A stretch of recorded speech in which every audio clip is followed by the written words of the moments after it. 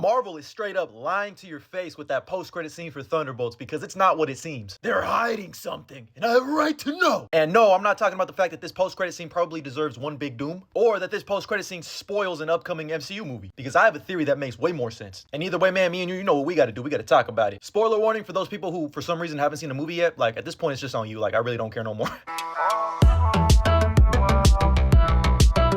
And in the post-credit scene for Thunderbolts, we have something entering the upper atmosphere. As our Thunderbolts, my bad, the new Avengers, hit that zoom in enhance on the ship, and they're like, what is that? And as the ship turns, we see that very familiar logo with Michael Giacchino's perfect score of the Fantastic.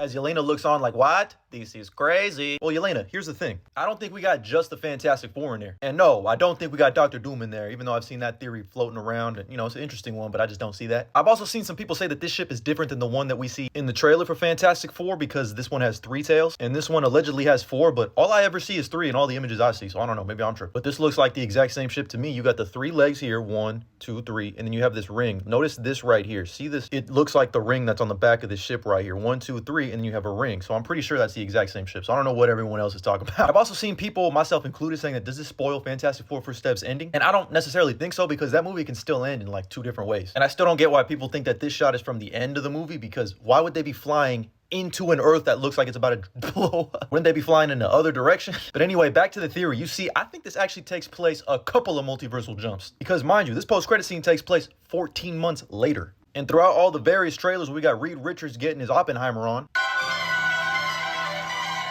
We know that he's trying to build some type of multiversal bridge to travel through universes, which further indicates the fact that this Fantastic Four is probably originally from our universe, 616, or I guess Earth 199999. But a lot of people seem to forget, and you know, I don't blame them because a lot of people just did not go watch the Marvels. But I did, that this movie was one of the first steps into Avengers Doomsday. A literal multiversal hole rips in space, and Monica Rambeau gets trapped in another dimension, or another universe. And it's there that Monica Rambeau gets introduced to this new X-Men universe where we see a multiversal version of her mom, Maria Rambeau, as binary. And then we get the return of Kelsey Grammer's Beast. And we know there's a professor still alive in this universe.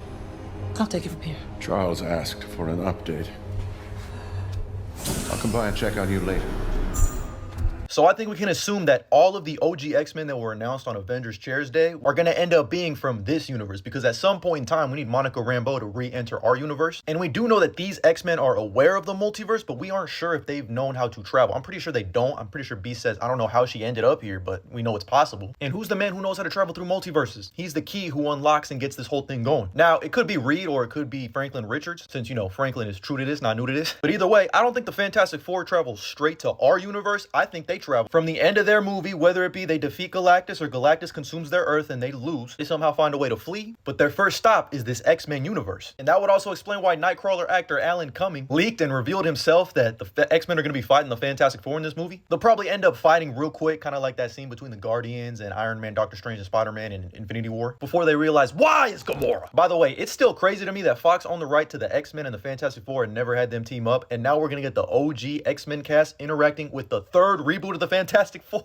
That's Braun levels of longevity. I got to give him credit where credit is due. And if I had to guess, maybe the Fantastic Four don't exist in this universe, or they were in this universe. That's when they realize the larger threat is coming and Doom incursions, and they realize they got to team up together. And Beast is going to be like, shit, we got someone from another universe too. Is she from the one y'all are from? And they're going to be like, maybe. Is she from Earth 91999? They're going to be like, yeah, she is. We should all go to that one together. And then boom, or should I say doom. You looking for this? That's who's in that ship. So when they come down to Earth and land, could you imagine each of them getting off that ship slowly, and then you just hear the and then they say, I think we ain't done yet. And then we just start hearing as the OG X-Men pop up from behind them. And then we were just like, who are you? I'm just saying that shit would kind of go crazy. And I think that's actually what it is. That would explain the time skip 14 months earlier, which means that, yeah, I think this scene is like 20 minutes into Doomsday. But that's just my thoughts, theories, and opinions on it. Let me know your thoughts about this down in the comments below. And as always, like and follow for more.